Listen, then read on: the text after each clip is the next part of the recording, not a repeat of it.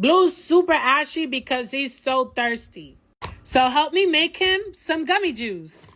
We got all these gummies. First, we're going to put the gummies inside the jar. Let's go.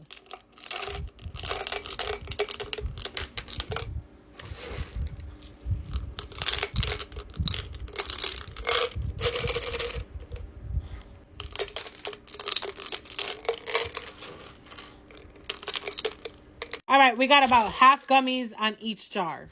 Now we're going to pour in some water like this and like that. Now it's time to pick a flavor. Should we use grape purple, blue raspberry, orange orange, yellow lemon, or red fruit punch?